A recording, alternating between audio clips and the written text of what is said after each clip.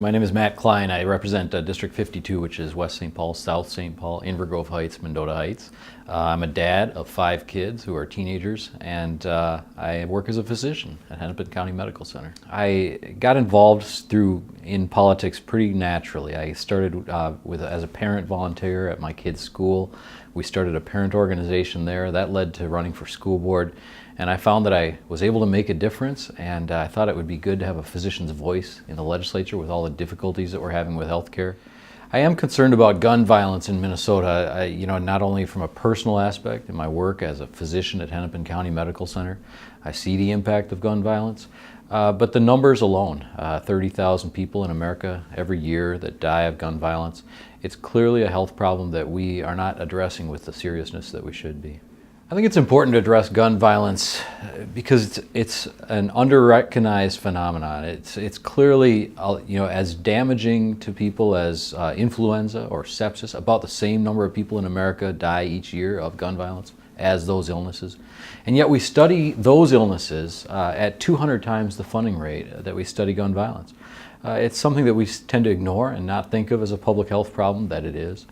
And there are clearly ways that we could address it with intelligent solutions. Unfortunately, the politics, I think, surrounding this issue has prevented us from having the type of conversation that we've always should have had about it.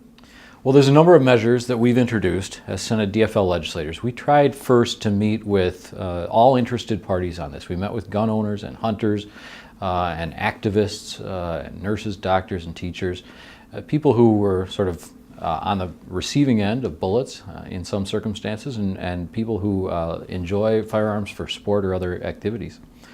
And we thought we found a common area of ground where all parties could agree gun violence is a problem, we need to do something about it, and these are the things that we can probably agree on. Clearly, universal background checks would have a significant impact on gun violence and would not impede the rights of lawful gun owners, and I think that's somewhere we should start. I would like to see the Department of Health gather more data on gun ownership in Minnesota. It would be de-identified data, so it wouldn't be linked to an individual's name, but we would be able to study where gun ownership occurs, how that intersects with criminality or poverty or mental illness, and then we can devise intelligent solutions to address this problem.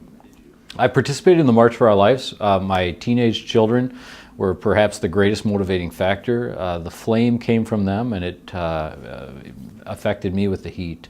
They are extremely motivated after the Parkland shooting, and they are appalled that adults in our society are not protecting them in their schools or making any meaningful policy changes to change the way America looks after incidents like that year after year after year.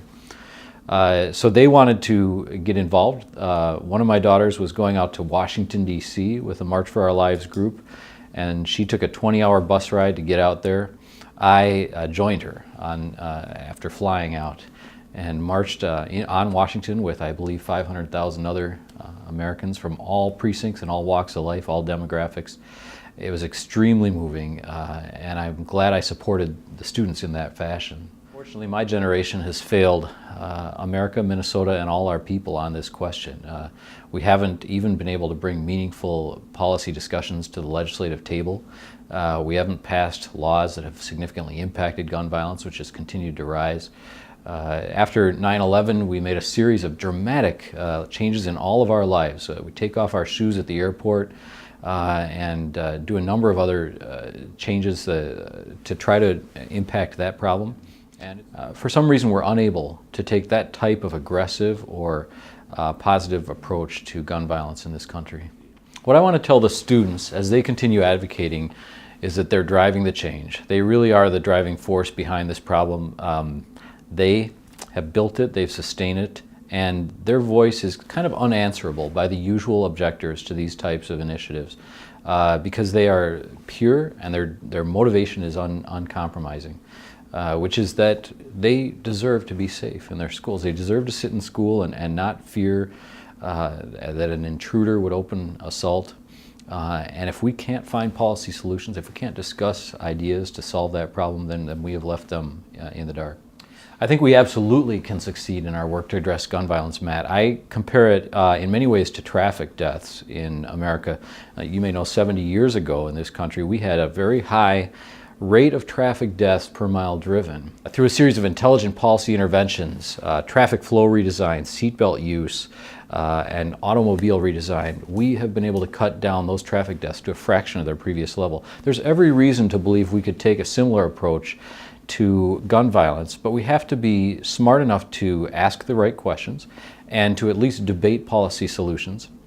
We have to bring down the rhetoric and the heat around this issue and at least try some policy interventions. Gun violence is not a partisan issue. You can find people who have family members, friends, loved ones who have been victims on both sides of the aisle. The various lobbying groups that fund these things or send mailers and so forth do tend to support one party over the other. But what we have tried to do, the Senate DFL legislators, is reach across party lines in crafting solutions. And I think the students have said the same. You know, when I was out at the march in Washington, one of the chants that kept arising was, vote them out, vote them out.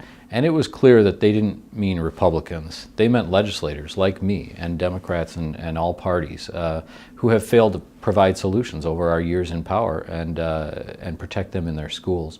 So if it was a partisan issue, I think the student movement has changed it and made it a human issue. So there are two physicians in the legislature, me and my good friend Scott Jensen, a Republican, and I think we bring a very unique perspective to this issue. From a very human standpoint, we encounter gun violence in our daily work, but also I think from a moral obligation on behalf of our profession that we have to advocate for the public health. And when there is an unaddressed need, like there clearly is with gun violence, that is not being researched and policy is not being developed, interventions are not being tried, then we particularly are called upon to speak out upon those.